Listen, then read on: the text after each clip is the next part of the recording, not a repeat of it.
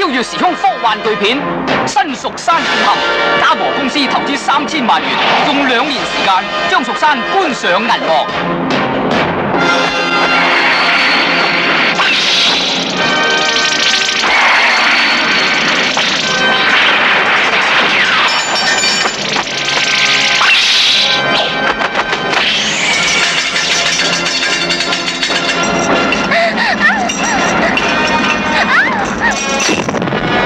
為咗營造連串山崩地裂、飛天遁地嘅場面，更特別邀請星球大戰金像特技大師羅拔貝勒親自嚟香港，領導幾十位荷里活特技專家，包括電子世界爭霸戰同埋星空奇遇嘅特技師，精心炮製空前嘅視聽效果。名導演徐克喺事業踏入新高峰嘅時候，加盟嘉禾執導本片《新蜀山劍俠》嘅演員陣容亦係空前咁墟冚。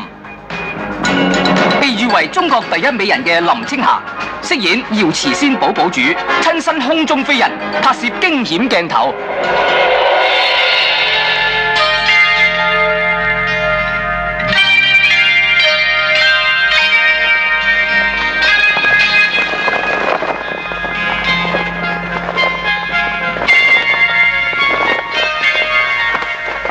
既然係緣由天定，點解你要嚟告別啊？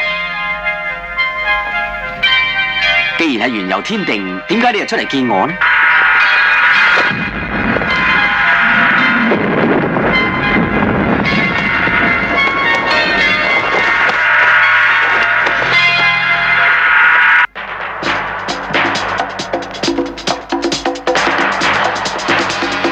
國際名演員翁倩玉喺呢部電影裏邊飾演女神李易祺，雍容華貴，投射出脫俗美感。鄭少秋飾演大俠丁隱，元彪飾演狄明琪，年輕活潑，得人中意。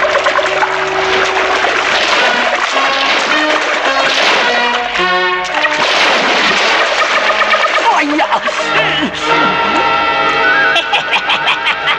哎呀！你哋衰魚啊！